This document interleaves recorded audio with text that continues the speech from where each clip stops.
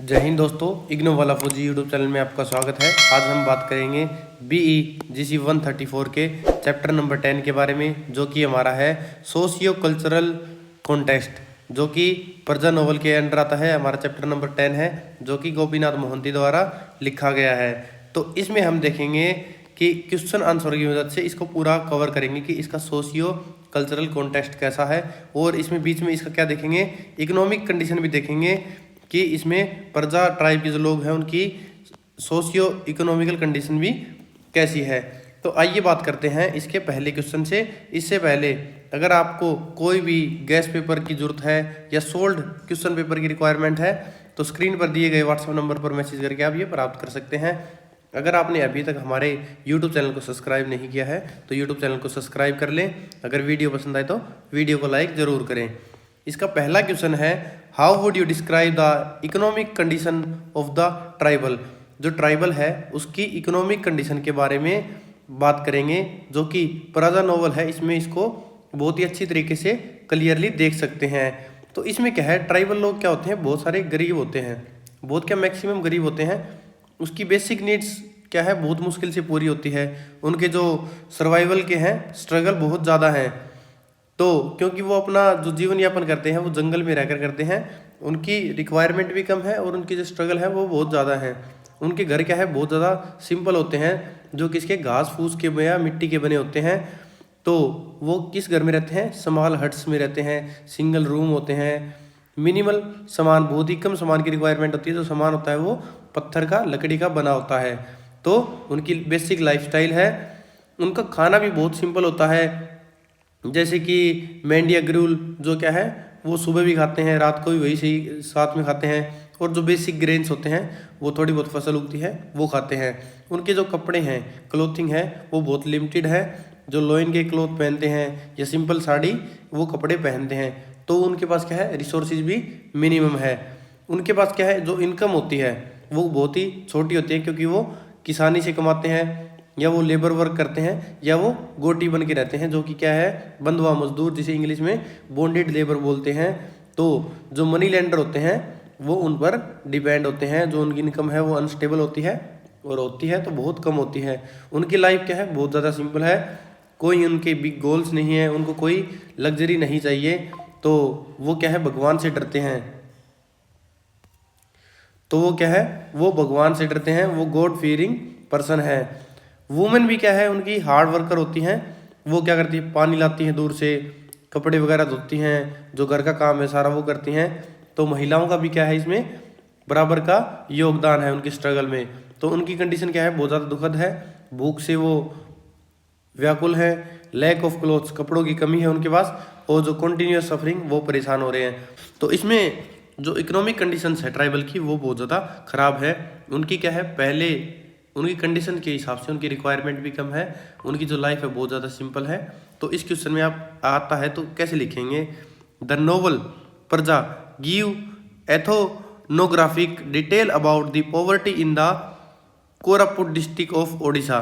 तो इन्होंने प्रजा जो नोवेल के लोग हैं उनकी वो लोकेशन बताई कि वो कहाँ रहते हैं, specially amongst the tribal of Sarsupadar at the onset of the story. On the very first page itself, we have a description of the hamlet, tiling huts, patches of greens, zones with maize, chilies और tobacco, mandia, olsi and candula, staple food of these tribes। तो उन्होंने इसके खाने के बारे में बताया है और रहने के बारे में बताया है कि वो किस में रहते हैं, बहुत ही स्मॉल हट्स में रहते हैं, जो क्या है घास के बने हुए हैं। और उनका खाना है वो बहुत ज़्यादा सिंपल है, जो मिर्च वगैरह हो गई, तंबाकू वगैरह है, या मांडिया, ओलसी, कंडला वो खाते हैं। जो उनका फूड है वो बहुत ही सिंपल है। मतलब उनका रहना जो कि क्या है, एक सिंपल घर में रहते हैं, सिंगल रूम है, हट्स में रहते हैं, और उनका खाना बहुत ज़्यादा सिंपल है। तो जो प्रजा के लोग हैं उनका खाना पीना और रहना सिंपल है। The description is a tale tale narrative about the poor living condition of the Parajas folk. जो प्रजा की ट्राइब है उनकी जो रहने की कंडीशन है वो पुअर लिविंग कंडीशन है। सिंगल रूम है, डिवाइडेड इनटू पार्टीशंस, जो पार्टीशंस में डिवाइड किए गए हैं। विद नो मैनी एसेसरीज, उनके पास कोई एसेसरीज नहीं है। Containers made of leaves, clothes that are hang on the walls, तो उनकी क्या है जो कपड़े हैं वो बहुत सिंपल है जो कि दीवार पर टंगी हैं। Are just the line clothes of man and cotton sari of the girls, जो औरत की है वो क्या है सिंपल कॉटन की साड़ी है। Dried bottle gourds to carry mandia gruel to the fields, तो उनके पास क्या है जो बोतल है फील्ड्स में ले जाने के लिए। And umbrellas made of dried palm leaves, जो क्या है तो उनकी छाते हैं वो ड्राइड पाम लीव्स के बनाए हुए हैं। They earn their living by working on their small patches of green, वो क्या है उनकी अर्निंग क्या है, उनके जो छोटे खेत के टुकड़े हैं वहाँ पर वो खेती करके कमा के खाते हैं, या फिर वो क्या करते हैं एज ए लेबर वर्क करते हैं, या फिर गोटी होते हैं जो बंधुआ मजदूर जिसे बोलते हैं बॉन्डेड लेबर, उसकी तरह काम करते हैं। For someone specially the money lenders, वो किसके लिए गोटी किसके लिए होते हैं मनी लेंडर के लिए होते हैं। Neither do they basically God fearing, वो क्या है भगवान से डरने वाले लोग हैं, sorry have high aims and goals nor do they have too many desires, तो उनकी क्या है ना कोई बड़े गोल हैं ना कोई बड़ी ज़्यादा इच्छाएं हैं। They are basically God fearing people, वो भगवान से बहुत ज़्यादा डरते हैं। बिलीव इन गॉड्स, भगवान में विश्वास रखते हैं। Goddess related to nature, they have firm faith in their own efforts, उनकी क्या है विश्वास हैं खुद के मेहनत में। Women bath and wash at the stream and carry water to their homes, जो औरतें हैं वो भी क्या है घर के दूर से पानी लाती हैं, घर का सारा काम करती हैं। Their dress is mainly sari, उनकी मेन ड्रेस क्या है साड़ी है। And their jewelleries consist of bead necklaces and bangles, तो उनकी जो ज्वेलरी है उनके बारे में बात की गई है। And thus it was that in this land of hills and forest in an unmapped corner of the wide world luckless men and women have lived a castaway mango stones and hid their nakedness in bit of rag huddled together under the torrent of Mississippi pouring down on their heads and wept। तो ये क्या है उनकी condition के बारे में बताया गया है कि वो अपनी जीवन यापन करते हैं, वो एक छोटे से ज़मीन के टुकड़े पे करते हैं या फिर एक बंधुआ मजदूर की तरह करते हैं। जो उनके घर है, जो उनका जो दुनिया है वो अनमैप्ड है, वो दुनिया के किसी जंगल में रहते हैं, जंगल में रहकर जीवन यापन करते हैं। तो उनके जो आदमी और औरत है, तो मैन और वुमेन दोनों के स्ट्रगल बराबर हैं। उनकी लाइफ बहुत ज़्यादा हार्ड एंड टफ है, फिर भी वो क्या है हैप्पी है। तो इस प्रकार ये क्या है इकोनॉमिक कंडीशन है किसकी, ट्राइब्स पीपल की, जो कि जंगल में रहते हैं, जो इस प्रजा नोवेल में बताई गई है। अब बात करते हैं इसके सेकंड क्वेश्चन की। Do you think local geography has any impact on the people, तो जो लोकल यहाँ की ज्योग्राफी है उसने यहाँ के लोगों पर कुछ प्रभाव डाला है, इसके बारे में बात की गई है। तो प्रजा नोवेल में ज्योग्राफी सिर्फ इसका बैकग्राउंड नहीं है, वो लोगों की एक लाइफ को सेव करता है। तो इसमें क्या है, इसका आंसर में बोलेंगे तो स्टार्टिंग में आप ये लिख सकते हैं यस, ये इस पर इम्पैक्ट डालती है। लोकल ज्योग्राफी का ट्रैवल पेपर पर बहुत स्ट्रॉन्ग इम्पैक्ट होता है। Geography shapes of life, tribal life nature के साथ जुड़ी होती है, क्योंकि जो जंगल है, जो माउंटेन्स है, जो उनकी लैंड्स है और उनकी जो फसलें हैं, क्रॉप्स हैं, उनकी डेली लाइफ उन्हीं पर डिपेंड करती है। तो nature in the life of the tribals assures it true significance in worship rituals customs and day to day life, तो ये क्या है उनकी डेली जीवन का हिस्सा है। The novel is about jungles forest mountains lands and crops, जो उनके नोवेल में बताया गया है, जो किस उनकी ज़िंदगी क्या है जंगल और माउंटेन्स लैंड्स क्रॉप्स हैं। Flora mahua sowing and reaping hunting and distilling country liquor marriage rituals all involved by pastoral idyllic attractive surroundings. तो इसमें क्या बताया गया है कि जो ज्योग्राफी है उनकी कल्चर को इन्फ्लुएंस करता है, जो उनकी वर्शिप है, जो नेचर गॉड्स हैं, जो उनके रिचुअल्स हैं, जो उनके त्यौहार हैं फेस्टिवल्स, नेचर उनके बिलीफ्स का पार्ट है। उनकी लाइवलीहुड ज्योग्राफी से जुड़ी है, फार्मिंग करना हंटिंग करना, जो महुआ कलेक्शन करते हैं वो और जो दारू बनाते हैं, लिकर मेकिंग, वो उनकी लाइफ का हिस्सा है। तो जो उनकी ज्योग्राफी है वो उनके क्या है, सोर्स ऑफ इनकम है। There is not just a physical presence of the abode but a spiritual bonding to it and emotional support to the inhabitants residing in these panoramic surroundings. तो उनका nature से क्या है, physically connection नहीं है बल्कि क्या है, इमोशनल कनेक्शन भी होता है, जो क्या है एक पीस है, एक स्पोर्ट है, एक आइडेंटिटी है। तो नेचर सिर्फ क्या है, फिजिकल नहीं, स्पिरिचुअल भी है, इमोशनल, वो ज्योग्राफी से जुड़े हुए हैं। ज्योग्राफी सोसाइटी को शेप करता है, उनकी लाइफस्टाइल को, उनकी कम्युनिटी स्ट्रक्चर को और उनकी थिंकिंग को। दस local geography combines with the emotional geography of the people land and this helps in building the social structure of any place and tribe, any community। तो इस प्रकार क्या है, ये उनको उनकी लाइफस्टाइल से जोड़ता है, जो कम्युनिटी स्ट्रक्चर को बनाता है, उनकी थिंकिंग से जोड़ता है। तो इस प्रकार ये हमारा क्वेश्चन नंबर 2 था कि ज्योग्राफी इम्पैक्ट करती है या नहीं करती। तो इसका आंसर आएगा यस, वो इनको इम्पैक्ट करती है। अब बात करते हैं इसके थर्ड क्वेश्चन की। Explain the political structure existing in the Sarsupadar. तो इसमें क्या है, जो प्रजा नोवेल में सरसुपदर विलेज का पॉलिटिकल स्ट्रक्चर बहुत ज़्यादा क्या है, कम्प्लेक्स माना गया है। तो ये इस एरिया का एक गांव है प्रजा नोवेल के अंदर। तो ये स्ट्रक्चर ट्राइबल लोगों के एक्सप्लॉयटेशन का मेन रीजन है कि उनका एक्सप्लॉयटेशन क्यों हो रहा है, उसके बारे में बताया गया है। तो पहली बात करते हैं कि एक जो ट्राइबल लोग हैं उनकी पोजीशन क्या है। सबसे नीचे कौन है, इलिटरेट हैं, लॉ नहीं जानते हैं, राइट्स से अनजान है, अपने जो अधिकार है उनसे, इसलिए उनको क्या है, आसानी से एक्सप्लॉयटेशन हो सकता है। The only people who remains on the outer margin और the people who benefits the least are the Parajas tribesman. ये ही केवल जो ट्राइब्समैन है वही लोग हैं जो समाज में सबसे निचले तबके में आते हैं, जिनका सबसे ज़्यादा एक्सप्लॉयटेशन होता है। They neither know the law, वो क्या कानून को नहीं जानते, nor they educated enough to understand the complexities of pen, वो क्या पढ़े लिखे नहीं है, जो पेन पेपर है उनकी कॉम्प्लेक्सिटी को नहीं जानते, कानून नहीं जानते हैं। They are unaware of their rights and duties, वो क्या है, अपनी ड्यूटीज से अनअवेयर हैं। द फियर ऑफ ऑफिशियल्स, उनको भय है ऑफिशियल अधिकारियों का। पेपर वर्क, कागजी कार्रवाई का। प्रिजन, जेल से, कोर्ट से। It's such that they shrink away on the mention on any these and are ready to experience any punishment, और वो क्या रहते हैं, किसी भी पनिशमेंट को लेने के लिए रेडी रहते हैं।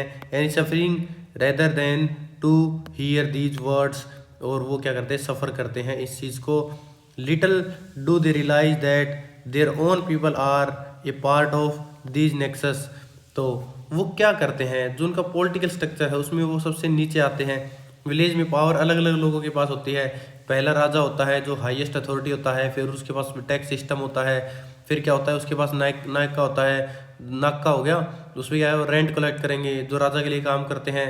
फिर उनके पास क्या है, रेवेन्यू इंस्पेक्टर होता है जो टैक्स रिसीव करता है। फिर एक फॉरेस्ट गार्ड होता है जो क्या करता है, टैक्स लेता है। लॉ अथॉरिटी होता है। फिर साहूकार हो गए, वो लोन देते हैं, ज़मीन को छीन लेते हैं, बंधुआ मजदूर बना लेते हैं। तो जो इंटरनल नेक्सस है, जो कि इसमें नेक्सस के बारे में बात की गई है, प्रॉब्लम सिर्फ क्या है, आउटसाइडर से नहीं है। जो गांव के अमीर लोग हैं ना, वो भी इस सिस्टम का हिस्सा है। जो चतुर लोग होते हैं, क्लेवर पीपल, और वो पावरफुल भी होते हैं, उनका क्या है, पॉलिटिक्स में हाथ होता है, इस कारण वो परेशान करते हैं। तो विलेज में क्या है, अलग रोल्स भी हैं, जो रिलीजियस मैटर्स में हो गया, सोशल इश्यू हो गया, वो इस प्रकार हैं। The rich and clever of the village are party to the exploitative system that works within the larger socio-economic and socio-political structures। जो गांव के अमीर लोग हैं उनका मेजर हिस्सा होता है क्या है, सोशियो इकोनॉमिक और सोशियो पॉलिटिकल हिस्से में। द नाका कलेक्टर्स, जो क्या होते हैं, जो नाके पे होते हैं, जहाँ रोड टैक्स हो गया, उसी प्रकार होते हैं। The rent on the behalf of the Raja, तो राजा, जैसे मैंने बताया कि इस हिस्से का सबसे सर्वोत्तम पार्ट होता है, वो क्या है, नाके वाले इसके लिए टैक्स कलेक्ट करते हैं। Delivers to the revenue the revenue inspector, जो क्या है, पैसे इकट्ठे करके रेवेन्यू इंस्पेक्टर को देते हैं। Every villager has to pay ploughs tax to the forest guard, तो गांव के जो लोग हैं उनको फॉरेस्ट गार्ड को टैक्स देना पड़ता है। वो collect the tax and is only man of the law, और वही जो निचले तबके में लोग होता है जो लॉ को मेंटेन करता है, दैट दे सी और नो, जो उसको जानते हैं। वो ऊपर क्या है, रेवेन्यू इंस्पेक्टर को नहीं जानते, जो नाका वाले लोग हैं उनको नहीं जानते, वो किसको जानते हैं, फॉरेस्ट गार्ड को केवल जानते हैं। The then there are federal masters like the sahukar, उसमें क्या है, एक साहूकार भी होता है, वो क्या करता है, एडवांस मनी देता है, लोन देता है। And in return ask for their services of tribal folk, जो क्या है, जो उसके बदले में क्या मांगता है, उनकी ज़मीनें, उनके पास क्या मांगता है, बंधुआ मजदूर ले लेता है। एवन सीज देयर लैंड्स, उनकी ज़मीनें छीन लेता है। For any religious matters the priests are there, and for all social matters the elders of the village sit together to sort out of the all the problems, जो गांव के बड़े बड़े लोग हैं वो क्या है, एक साथ इकट्ठा बैठते हैं इनके मुद्दों को सुलझाने के लिए। तो इस प्रकार क्या है, ये पॉलिटिकल स्ट्रक्चर है, ये इस गांव में ऐसे रोल निभाता है। तो इसमें सबसे ऊपर क्या होता है, राजा होता है, फिर नाका वाले लोग होते हैं, फिर रेवेन्यू इंस्पेक्टर होता है, फिर फॉरेस्ट गार्ड होता है, और फिर सबसे नीचे आते हैं ट्राइब्समैन, जो कि इनके शोषण का शिकार होते हैं। तो इस प्रकार ये हमारा क्वेश्चन यहाँ कंप्लीट होता है। अब बात करते हैं हमारे फोर्थ क्वेश्चन की, जो कि है what is the end result of any social structure. तो इसका एंड रिजल्ट क्या होता है एक सोशल स्ट्रक्चर का, तो हिंट दिया है इसने, growth of a human being. तो सोशल स्ट्रक्चर का मेन पर्पज क्या होता है, ह्यूमन बीइंग का ओवरऑल डेवलपमेंट। ठीक है, तो इसका एक बेसिक आइडिया दे देता हूँ मैं। जो सोशल स्ट्रक्चर लोगों की एक लाइफ को ऑर्गेनाइज करता है, एक वर्क डिवीजन को बनाता है, एक रोल होता है उसका, उसको रोल बताता है कि तेरा क्या रोल है, एक कम्युनिटी क्रिएट करता है, कम्युनिटी लाइफ बनाता है, तो एक ऑर्गेनाइज सोसाइटी बनती है। The social life of the people is the usual routine agriculture life. तो जो ट्राइब्समैन है और उनकी जो सोशल लाइफ में क्या हिस्सा है, रूटीन में एग्रीकल्चर करना। Most of the man works in their fields, बहुत सारे जो मैक्सिमम घर के आदमी हैं वो फील्ड्स में काम करते हैं। And the women take care of household, और जो घर की औरतें हैं वो घर की देखभाल करती हैं। On market days the women go and sell their product like chillies etc. तो जब मार्केट का दिन होता है, जब कोई बाहर जाने की बात होती है, तो जो घर की औरतें हैं वो खेत के सामान को बेचने के लिए मार्केट में जाती हैं। देयर इज नथिंग लाइक डिफेंडेंस और pretends in the tribesman and women, they all lead simple lives. तो वो क्या करते हैं, इसमें जो ट्राइबल सोसाइटी में होते हैं उनकी लाइफ सिंपल है। मैन जो घर के आदमी है वो खेती करते हैं, जो वुमेन घर की औरतें हैं वो क्या करती हैं, हाउस होल्ड घर को संभालती हैं और मार्केट में जाकर अपने सामान को बेचती हैं। इससे उनका क्या है, पार्शियल ग्रोथ होता है, पूरा नहीं, थोड़ा थोड़ा करके कंट्रीब्यूशन से उनका ग्रोथ होता है। तो उनका क्या है, ये वर्क बेस्ड ग्रोथ है। उनकी डिज़ायर बहुत लिमिटेड है, दिन में 2 टाइम की रोटी मिल जाए, एक छोटी सी ज़मीन का टुकड़ा हो, एक छोटा सा घर हो, और वो इसे क्या बोलते हैं, कंटेंट, इस कंटेंट में रहते हैं, इसमें इनकी ज़िंदगी घूमती रहती है। तो उनकी लाइफ में क्या है, कल्चर इंपॉर्टेंट है, वो क्या करते हैं, song dance festivals. Their dreams ambitions are lead to a happy life, two square meal a day. तो मतलब दिन में 2 टाइम रोटी मिल जाए, एक छोटी सी ज़मीन का टुकड़ा मिल जाए, एंड ए स्मॉल टाइटल हट ओवर द हेड्स, एक रहने के लिए अच्छा सा छोटा सा मकान मिल जाए। They do not aspire for too much, वो ज़्यादा के लिए इच्छा भी नहीं करते हैं। Their lives are full of songs, उसमें गीत गाते हैं, डांस करते हैं, फेस्टिवल्स मनाते हैं। Even while they work they using sing songs in a chorus. तो वो क्या करते हैं, जब नॉर्मल काम वाम करते हैं तो अभी वो गुनगुनाते रहते हैं, गीत गाते रहते हैं। Even evening the man play on their dugdugas and the women dance. तो वो क्या करते हैं, शाम में इकट्ठा होते हैं, महिलाएं डांस करती हैं, और जो क्या है, आदमी गीत गाते हैं। Their songs are the all kinds religious festivals such as the harvest festivals और the spring festivals are celebrated as the community festivals and each one participates fondly in it. तो जब क्या करते हैं, जो सब लोग मिलकर रहते हैं, एक साथ काम करते हैं, स्ट्रॉन्ग कम्युनिटी बना रखी है उन्होंने। जो ट्राइबल लोग हैं वो भगवान से डरते हैं, उनकी क्या स्पिरिचुअल ग्रोथ है, भगवान से जुड़ाव है, और इस प्रकार क्या करते हैं, वो अपना जीवन यापन करते हैं। For it is not the blood of these tribals people to annoy their gods by giving disrespectful in any way. तो वो क्या है, अपने भगवान से बहुत ज़्यादा प्यार करते हैं, उनसे डरते हैं, उनमें विश्वास है, तो उनकी डिसरिस्पेक्टफुल को एक्सेप्ट नहीं करते हैं। तो इस प्रकार ये क्या है, सोशल स्ट्रक्चर है इसका, और इसके एंड रिजल्ट को बताया गया है। तो आप आसानी से इसमें समझ सकते हैं कि जो ट्राइब्समैन के इश्यू में अगर आप मानते हैं और एज ए अगर आप प्रजा के हिसाब से बोलते हैं तो इसका एक सोशल स्ट्रक्चर है। अगला क्वेश्चन है हमारा question number 5, do you agree that containment with the tribals crumbles with the intrusion of non tribe people. तो यह क्वेश्चन बहुत इंपॉर्टेंट है क्योंकि नोवेल के कोर के कन्फ्लिक्ट को दिखाता है। As exam point of view से नहीं, अगर समझने के लिए बोलो तो ट्राइबल्स पहले कैसे थे, उनकी सिंपल लाइफ थी, लिमिटेड डिजायर्स थे, नेचर के साथ क्या थी, हार्मनी थी, वो कंटेंट और सेटिस्फाइड थे, वो क्या थे, खुद में खुश थे। प्रॉब्लम कब शुरू होती है, जब नॉन ट्राइबल लोग आते हैं, साहूकार आगे, फॉरेस्ट गार्ड आगे, ऑफिशियल्स आगे, तब उनको प्रॉब्लम होती है। तो इसका आंसर आएगा yes, the tribals are shown in Paraja as a simple people with the few desires and hopes and are hence quite contented but with the infusion of the non tribals. पर वो क्या है, एकदम खुश हैं, परंतु दिक्कत क्या होती है जब नॉन ट्राइबल्स लोग आते हैं, such as the antagonist the novel they have need that can be fulfilled only with the aid of the former and the that is the their undoing. जो नॉन ट्राइबल्स लोग आएंगे वो क्या करेंगे, नई जरूरतों को पैदा कर देंगे, मनी पैसे की जरूरत बढ़ेगी। अब ट्राइबल्स क्या है, डिपेंडेंट्स हो जाते हैं बाहर वाले लोगों पे, धीरे धीरे इनका क्या है, कंटेनमेंट खत्म हो जाता है, वो क्या कर्जे में डूब जाते हैं, उनका शोषण होता है, फिर उनकी ज़मीनें छीन ली जाती हैं, तो क्या है, कंटेनमेंट उनका डिस्ट्रॉय हो जाता है। तो एंड रिजल्ट क्या है इसका, पॉवर्टी बढ़ेगी, फ्रीडम खत्म हो जाएगी और लाइफ क्या होगी, अनस्टेबल हो जाएगी। तो इस प्रकार ये क्वेश्चन का आंसर है। अब देखते हैं अगला question, define the term subaltern. तो सबल्टर्न के बारे में हमें बात करनी है कि सबल्टर्न होता क्या है। तो सबल्टर्न एक बहुत इंपॉर्टेंट टर्म है, इस स्पेशली क्या है, लिटरेचर और सोसाइटी को समझने के लिए, कि अगर हम सोसाइटी को समझेंगे तो लिटरेचर को समझेंगे तो ये बहुत इंपॉर्टेंट है।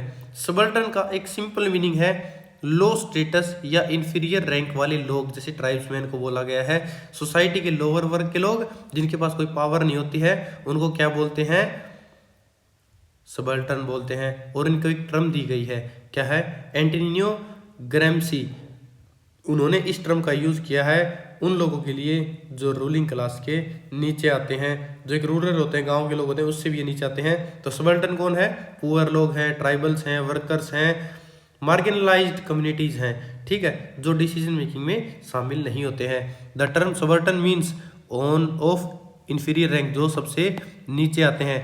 ए term adopted from the Antonio Gramsci to refer to those group in society, वो सोसाइटी किन लोगों के लिए होता है, वो are the subject to the leadership of the ruling class, वो रूलिंग क्लास से भी, रूलिंग क्लास के नीचे आते हैं, उनको बोलते हैं सबल्टर्न। ठीक है, अब बात करते हैं क्वेश्चन नंबर 7 की, can the tribals be categorize as the subaltern, spot your answer. तो आपको अपने हिसाब से इसमें आंसर देना है।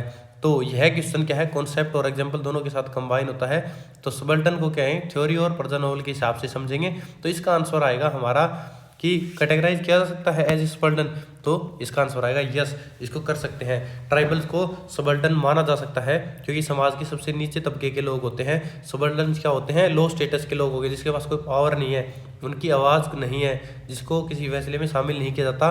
तो ट्राइबल्स में ये सब क्वालिटीज मिलती हैं। तो इस प्रकार क्या मिलेंगे, the tribals can be categorize as the subaltern, तो उनको सबल्टन बोला जा सकता है। In the novel Paraja we can see the Paraja or the tribals as the subalterns who are manipulated by the ruling federal forces operative in the area. They are the peripheral people who are unable to raise their first voice even if they try. तो वो क्या है, अपनी आवाज़ तक नहीं उठा सकते हैं, अगर वो ट्राई करते हैं तो उनको ऐसा किया जाने नहीं दिया जाता। Their fate is as of Sukru Jani, उनका भाग्य कैसा है, सुक्रुजानी जैसा है। सुक्रुजानी क्या है, बहुत स्ट्रॉन्ग मैन है, वो अपने परिवार की देखभाल करता है, उसके 2 बेटे हैं, 2 बेटी है, उसकी पत्नी मर गई थी। तो अब क्या है, सुक्रुजानी का भाग्य कैसा है, वो एक केस में फंस जाते हैं, फॉरेस्ट गार्ड उससे उसकी बेटी के साथ वो अन्याय करता है, तो इसके लिए वो लड़ते हैं, उसको मार देते हैं, फिर उनको न्याय भी नहीं मिलता। तो ऐसे क्या है, सुक्रुजानी को वो उसमें केस में फंसाया जाता है। तो क्या है, their fate is as of Sukru Jani, तो उनका भाग्य कैसा है, सुक्रुजानी जैसा है। They are doomed forever, their resistance is meaningless, they are devoid of the basic facilities required by the human being. तो इसमें क्या है, सिंपल सी भाषा में बताया गया है, ट्राइबल्स अपनी बात नहीं रख पाते हैं, इलिटरेट होते हैं, लॉ नहीं जानते हैं, सिस्टम से डरते हैं, उनकी वॉइस दब जाती है। सुक्रुजानी इसका एक बेस्ट एग्जांपल है, जो एक्सप्लॉइटेड होता है, हेल्पलेस है, उसको जस्टिस नहीं मिलता है, तो उसके पास क्या है, बेसिक फैसिलिटी भी नहीं है, क्योंकि गरीब है, कोई रिसोर्सेज नहीं है, कोई अपॉर्चुनिटी नहीं है, तो इस प्रकार इसको सबल्टन बोला जा सकता है। अगला क्वेश्चन है question number 8, how does Sukru Jani our protagonist represent the marginalised. तो इसमें अब बात करते हैं क्वेश्चन नंबर 8। तो क्वेश्चन नंबर 8 क्या बोलता है कि सुक्रुजानी सिर्फ एक करेक्टर नहीं है, वो क्या है, मार्जिनलाइज सोसाइटी का एक सिंबल है। तो सुक्रुजानी क्या है, इलिटरेट है, अनपढ़ है, तो क्या है, कानून को नहीं समझता, इजिली क्या है, चीट किया जा सकता है, उसको बहलाया फुसलाया जा सकता है, इसलिए सिस्टम उसे कंट्रोल करता है। तो उसकी क्या है, एक्सप्लॉइटेशन होती है, वो बिना गलती के फंस जाता है, फॉरेस्ट गार्ड उसे अपने जाल में फंसा लेता है, जो वर्बल परमिशन है उसके पास, लेकिन उसके पास कोई प्रूफ नहीं है, इसलिए क्या है, उनके जो ऑफिशियल्स हैं, फॉरेस्ट गार्ड है, वो जो मनी लैंडर से मिलकर उसका शोषण करते हैं। तो इसमें पढ़ते हैं इसका आंसर कैसे देंगे। How does Sukru Jani our protagonist represent the marginalised, किस प्रकार प्रेजेंट करता है। सुक्रुजानी वो वाज द इलिटरेट, अनपढ़ है, is robbed into the nexus of the money lenders and official for no fault of his, बिना गलती के वो क्या है, इसमें फंस जाता है। He ask for permission for the forest guard to clear a patch of land in the forest for agriculture purpose which is duly given but verbally. तो वो क्या है, जब वो किसके जाल में फंसता है, मनी लेंडर्स और ऑफिशियल्स की जाल में फंस जाता है, कि उसने क्या है, जंगल की कुछ जमीन साफ करके खेती करने के लिए रख ली है, तो वो क्या है, फॉरेस्ट गार्ड की जुबान के कहने पर रखी थी, परंतु उसके पास कोई प्रूफ नहीं है।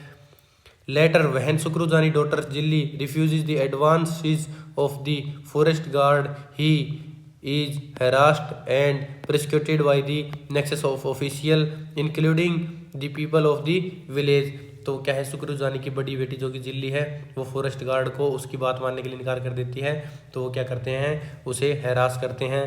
ही and his son became bonded labour, वो और उसका बेटा क्या है, बंधुआ मजदूर बन जाते हैं, क्योंकि केस को लड़ने के लिए पैसे चाहिए, मनी लेंडर से पैसे लेते हैं, फिर वो पैसे चुका नहीं पाते, और वो क्या बन जाते हैं, बॉन्डेड लेबर, बंधुआ मजदूर।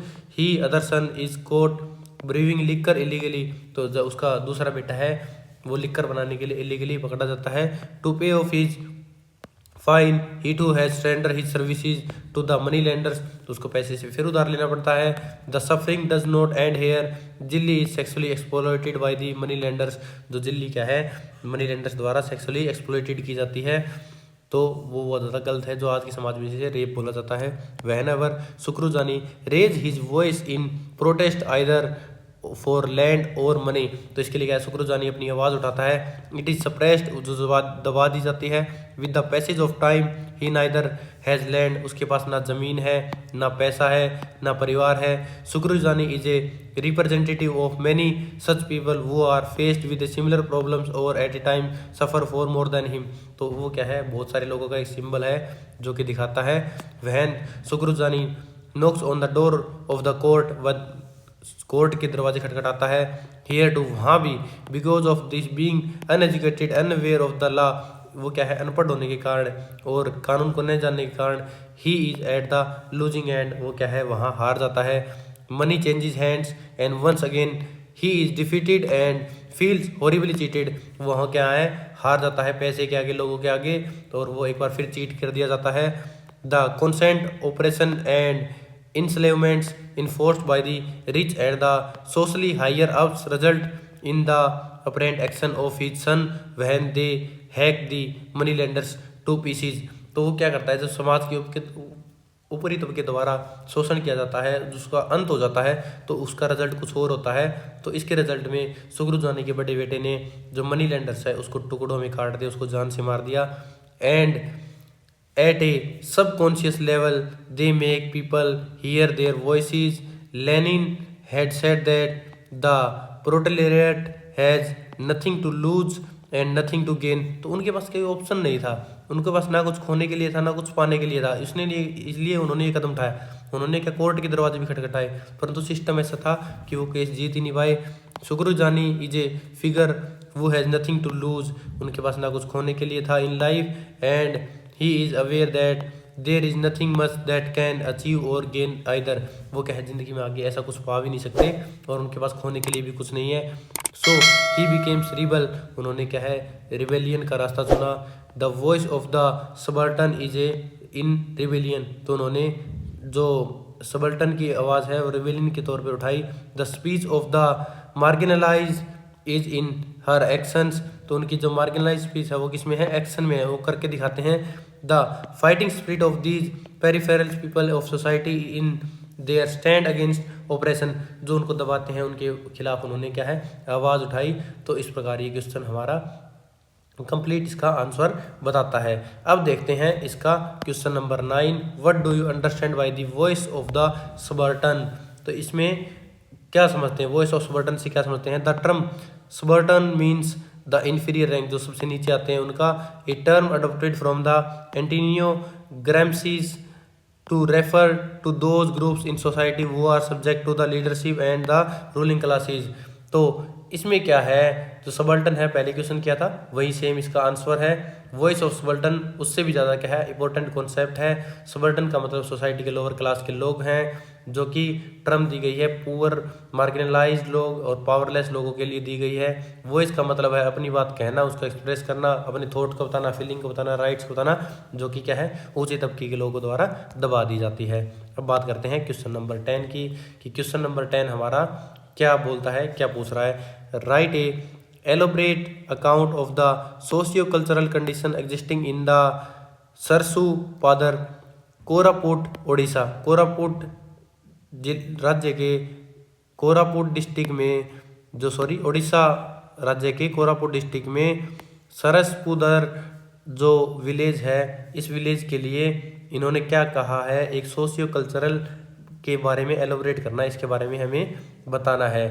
तो यह क्वेश्चन पूरे प्रजा नोवेल की एक समरी है, तो इसको आप 5 स्टार क्वेश्चन मान लीजिए। अगर एग्जाम में आता है सोशियो कल्चरल कॉन्टेक्स्ट में, तो ये वाला क्वेश्चन आंसर आप लिख सकते हैं, जो कि एकदम परफेक्ट आंसर है। इसमें क्या है, सोसाइटी के बारे में बताया गया है, कल्चर के बारे में बताया गया है, इकोनॉमी के बारे में बताया गया है, पॉलिटिक्स के बारे में बताया गया है, तो ये सबको कवर करता है। जो सरसुपादर है एक गांव है, एक एक्सप्लोरेटिव सिस्टम है, जिसमें क्या है राजा है जो टॉप अथॉरिटी होता है, जो नाका होता है वो टैक्स कलेक्टर होता है, फॉरेस्ट गार्ड है वो ट्राइब्समैन के लिए एक लो अथॉरिटी सबसे नीचे होती है, जो साहूकार है वो मनी लेंडर्स होते हैं, वो पैसे देते हैं। इन सब का नेक्सस है और ट्राइब्स सबसे नीचे है, इनका अधिकार है और ट्राइब्समैन सबसे नीचे आते हैं। तो प्रजास ट्राइबल सबसे मार्जिनलाइज्ड है, जो सबसे नीचे आती है, इलिटरेट है, लॉ नहीं जानते हैं, राइट्स नहीं जानते हैं। तो आइए अब इसको पढ़ते हैं कि इनका सोशियो कल्चरल कंडीशंस इनकी कैसी है। The socio and political structure is well explained both in the text and in the प्रजा कम्युनिटी, जो कि इसमें क्लियरली बताया गया है। The nexus between the village officials federal masters, जो कि क्या है मनी लेंडर्स हैं, एंड द गवर्नमेंट ऑफिशियल्स, तो क्या है जो नेक्सस है किसके बीच में, विलेज के ऑफिशियल जो मनी लेंडर्स हैं, गवर्नमेंट के ऑफिशियल्स हैं, एज वेल एज इस्टेब्लिश्ड, वो क्या है सही से स्थापित है। द ओनली पीपल वो remain on the outer margin और द पीपल वो benefits the list of the प्रजा ट्राइब्समैन, जो इसमें क्या है इससे वंचित हैं, जो सबसे नीचे आते हैं वो कौन से हैं, प्रजा के ट्राइब्समैन हैं। दे नाइदर नो द लॉ, वो को कानून नहीं जानते हैं, दो ना वो पढ़े लिखे हैं, किसके लिए, कानून को जानने के लिए। They are unaware of their rights and duties, वो क्या है अपने अधिकार नहीं जानते हैं। They fear of the officials, वो अधिकारियों से डरते हैं, पेपर वर्क कागजी कार्रवाई से डरते हैं, जेल से डरते हैं। Such that they shrink away from the mention of these things, वो इससे दूर रहते हैं। They ready to experience the punishment, वो कोई पनिशमेंट लेने के लिए तैयार रहते हैं, उनके खिलाफ आवाज़ नहीं उठाते हैं। Any suffering rather than to hear these words little do they realise that their own people are a part of the nexus, वो क्या है अगर हम असलियत में देखिए तो उन्हीं के लोग क्या है इसके पार्ट हैं, उनके एक्सप्लॉयटेशन का कारण है। The rich and the clever village are the party to the exploitive system that works within the larger socio economic and socio political structures, जो अमीर और चतुर लोग हैं वो उनका एक्सप्लॉयटेशन करते हैं। जो नाका कलेक्टर्स हैं वो रेंट कलेक्ट करते हैं राजा के लिए। फिर क्या करते हैं, जो उसे पैसे कौन लेता है नाका वाले से, रेवेन्यू इंस्पेक्टर लेता है। एवरी विलेजर हैज़ टू पे, एक टैक्स पे करना पड़ता है फॉरेस्ट गार्ड को। वो क्या करता है, टैक्स कलेक्ट करता है, और केवल वही आदमी है जो उनके लिए क्या है, कानून है। जो फॉरेस्ट गार्ड है वो एक कानून की तरह है उन लोगों के लिए। Then there are federal master like sahukar. फिर उनके बीच में एक और आता है साहूकार, जो उनको एडवांस में पैसे देता है और उसके बदले में क्या लेता है, उनसे सर्विसेज लेता है। जैसे कि बॉन्डेड लेबर, मजदूरी ले लेगा, या उनकी ज़मीन ले लेगा, ज़मीन सीज कर लेगा। For any religious matter priests are there, and for the social matters the elders. जब कोई मुद्दा आता है, कोई चीज़ें होती हैं, तो गांव के बड़े बूढ़े लोग उन पर बैठकर उनको सुलझाते हैं, उनके मुद्दों को सॉर्ट आउट करते हैं। The manner in which one dress to place displays importance of the individual status. तो उसमें क्या है, जब एक उनकी इंपॉर्टेंस को दिखाती है। जो नाका वाला है, wears only a loin cloth below the waist, but in addition to the he also wears a coat. तो क्या है, जो कपड़े पहनते हैं ना वो लोग, तो वो उनके स्टेटस को दिखाते हैं कि उनका स्टेटस कैसा है, वो लोग कैसे हैं, वो उनका रुतबा कैसा है। तो इस प्रकार उनके कपड़ों से उसका जजमेंट की जाती है कि वो लोग कैसे हैं, उनका कैसा काम है और वो क्या करते हैं। ठीक है। And A the forest guard is dressed in A shirt and shorts. तो जो नाके वाले हैं उनका क्या है, लोइन क्लोथ्स हैं जो वेस्ट से नीचे पहनते हैं, और उनके पास क्या है, एक कोट भी पहनते हैं, वो मतलब बाबू लोग हो गए। जो फॉरेस्ट गार्ड है वो एक शर्ट पहनता है, एक शॉर्ट्स पहनता है। And carries A short gun, एक शॉर्ट गन रखता है अपने पास, ऑन हिज शोल्डर, अपने कंधे पे। He is also known as a guard, और ए क्या जानता है, जमन। Whereas poor people like Sukru Jani spend their entire life in a strip of cloths 4 fingers wide use their a loin cloth. मतलब इसी प्रकार क्या है, जो ट्राइब्स की मैंने शुक्रुजानी जैसे लोग, वो एक जोड़ी में बहुत सारे साल निकाल देते हैं। And the women are wrapped in a cotton saris, जो उनकी वुमेन है वो कॉटन साड़ीज पहनती हैं। Bead necklaces and bangles, और उनकी क्या है, नेकलेस और बेंगल्स ही उनके ज्वेलरीज हैं। They oil their hair at the times mainly on the festival occasion. उनके पास क्या है, उनके बालों में लगाने के लिए तेल भी त्योहारों पे ही मेनली मिलता है। The social life of the people is the usual routine agriculture life. उनका जो रूटीन लाइफ है वो क्या है, एग्रीकल्चर लाइफ है। Most of the man work in the fields, बहुत सारे लोग खेती में काम करते हैं। उनकी घर वाली है वो क्या है, घर की काम करती है। और जो मार्केट के दिन होते हैं वो घर वाली उनके सामान को मार्केट में बेचने के लिए जाती है, जैसे कि मिर्च वगैरह, मसाले वगैरह बेचने के लिए। देयर इज नथिंग लाइक डिफेंडेंस और presents at the tribesman and women. तो उनमें कुछ खास ज़्यादा अलग नहीं है, सेम उनका रूटीन लाइफ है। They all lead simple lives, वो सिंपल जिंदगी जीते हैं। They dreams the ambitions are to lead a happy life with 2 square meals. तो उनकी सीधी सादी ज़िंदगी है, वो चाहते हैं कि उनके पास 2 टाइम की रोटी हो, एक कपड़ा हो, एक मकान हो, बस उनके पास कोई ज़्यादा इच्छाएं नहीं है। दे क्या किसके साथ देते हैं, गीत गाते हैं, डांस करते हैं, फेस्टिवल्स मनाते हैं, और साथ में क्या करते हैं, काम करते हैं, और काम करते करते गीत गुनगुना लेते हैं। और जब कोई फंक्शंस वगैरह होते हैं, रात को इकट्ठा होते हैं, तो आदमी गीत गाते हैं और उनकी वुमेन क्या है, डांस करती है। Their songs are all kind, उनके सभी प्रकार के सॉन्ग होते हैं। रिलीजियस फेस्टिवल्स को वो क्या है, बहुत ही अच्छे तरीके से मनाते हैं और क्या करते हैं, सेलिब्रेट करते हैं। उनकी कम्युनिटी में वो एक साथ इकट्ठा रहते हैं। For it is not blood of these tribals people annoy their gods by disrespectful in any way. तो वो अपने भगवान की डिसरिस्पेक्टफुल किसी भी रास्ते में नहीं चाहते हैं। तो उनका जो socio cultural, economic and political problems of the tribes and territories can not be understood in a segregation. जो सेग्रीगेशन है उसको हम अलग करके नहीं समझ सकते हैं। वो क्या है, एक जुड़ा हुआ है, कंबाइंड है। जो उनका सोशल, कल्चरल, इकोनॉमिक और पॉलिटिकल स्ट्रक्चर है वो एक बंधा हुआ है। जो उनकी प्रॉब्लम्स है, these problems are interconnected and the environment also make another undeniable contribution to the dilemma. उसमें क्या है, ये जुड़े हुए हैं, प्रकृति के साथ जुड़े हुए हैं। Nature in the life of the tribesman assure is true significance in the worship, ritual, customs and day to day life. वो उनकी क्या है, डे टू डे लाइफ में जुड़ा हुआ है, ये चीज़ें उनकी जिंदगी में समा चुकी हैं। The novels is about jungles. जो नॉवल किसके बारे में है, जंगल के, फॉरेस्ट, माउंटेन्स, लैंड्स, क्रॉप्स तो फ्लोरा के बारे में जो क्या है फसल महुआ इकट्ठे करते हैं। Sowing and reaping, hunting and distilling country liquor, तो क्या है क्या काम करते हैं वो खेती करते हैं, पहाड़ों में रहते हैं और जो महुआ इकट्ठा करते हैं और क्या फसल काटते हैं, शिकार करते हैं और लिकर बनाते हैं। Marriage and rituals are enveloped in a pastoral idyllic attractive surroundings, उनकी सराउंडिंग से घिरे हुए हैं। There is not just a physical presence of the abode, वो क्या है इससे फिजिकली नहीं जुड़े हुए हैं नेचर से, वो क्या है आत्मिक रूप से भी इससे जुड़े हुए हैं, इमोशनल रूप से इससे जुड़े हुए हैं। 10 लोकल ज्योग्राफी कंबाइंस, जो लोकल ज्योग्राफी है वो किससे कंबाइन करती है, with the emotional geography of the people. This helps building the social structure of the place, जो क्या है एक सोशल स्ट्रक्चर बनाती है एक प्लेस जगह की, ट्राइब्स की और कम्युनिटी के लिए। तो इस प्रकार ये हमारा आंसर है। इसके बारे में हमें क्लियरली बताया गया है कि इसके सोशली और कल्चरल कॉन्टेक्स्ट कैसा है। तो इसमें बिल्कुल क्लियर आंसर है। पहले हमें सोशल स्ट्रक्चर को जानना है, फिर इनकी इकोनॉमी के बारे में जानना है, फिर इनकी जो पॉलिटिकल एक्सप्लॉयटेशन है उसके बारे में जानेंगे, फिर इनका कल्चर कैसा है उसके बारे में, फिर इनके साथ नेचर का कनेक्शन कैसा है तो इसमें जानेंगे। तो सबसे पहले आपको इसमें 5 पॉइंटों का ध्यान रखना है। पहला, इनके सोशल जो स्ट्रक्चर है उसके बारे में डिस्क्राइब करना है आपको, फिर इसके जो इकोनॉमिक स्ट्रक्चर है उसके बारे में आपको बताना है, फिर इनके जो पॉलिटिकल स्ट्रक्चर है उसके बारे में जो या फिर पॉलिटिकल एक्सप्लॉयटेशन होती है इनके साथ उसके बारे में जिक्र करना है, फिर इनके कल्चर के बारे में बताना है कि इनका कल्चर कैसा है, फिर इसका जो नेचर है उनके साथ नेचर के साथ कनेक्शन कैसा है, पहाड़ों में खेती करना, दारू निकालना, इस प्रकार के कनेक्शन को बताना है।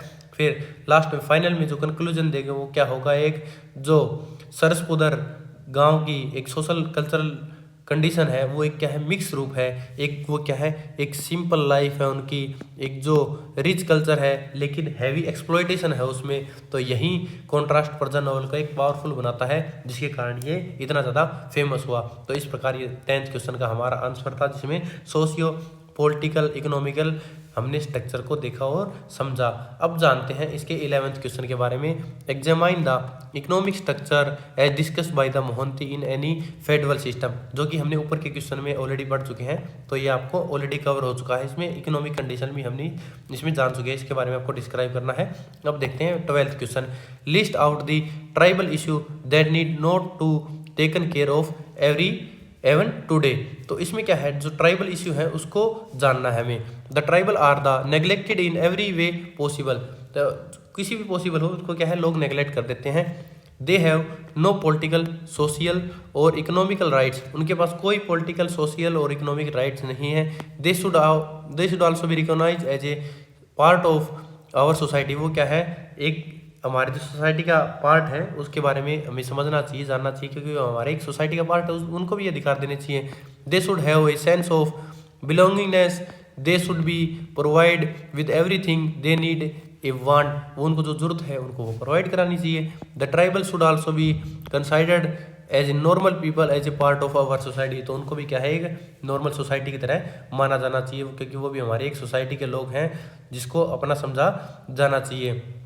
अब देखते हैं हम हमारा अगला question, question number 13। The subaltern voice is in the rebellion revolution reform elucidate your point of view, तो इसमें आपको अपना पॉइंट ऑफ व्यू बताना है कि आपका इसमें पॉइंट ऑफ व्यू क्या है। तो ये बात क्या करता है, जो सबाल्टर्न लोग हैं वो समाज के निचले तबके के लोग हैं, ठीक है। तो ये डिसाइड करना है कि सबाल्टर्न की वॉइस किस फॉर्म में आती है। तो सबाल्टर्न की वॉइस क्या है, मेनली रिवोलियन विद्रोह के, जिसे रिबेलियन बोलते हैं, विद्रोह के रूप में हमें दिखाई देती है। तो वॉइस क्या है इनकी रिबेलियन है। तो रिबेलियन क्यों है, क्योंकि वो पावरलेस लोग हैं सबाल्टर्न लोग, उनकी वॉइस को दबाया जाता है, उनको क्या है जस्टिस नहीं मिलता, इसलिए वो क्या करते हैं पीसफुल रिफॉर्म नहीं कर पाते हैं, उनके पास कोई स्पेस नहीं है रिफॉर्म करने के लिए। जो प्रजा में क्या होता है, शुक्रुजानी क्या होता है, एक्सप्लॉइटेड होता है। तो इसमें क्या है हमें एग्जाम्पल देना है शुक्रुजानी का, जो क्या है एक्सप्लॉइटेड होता है, कोर्ट में उसे जस्टिस नहीं मिलता।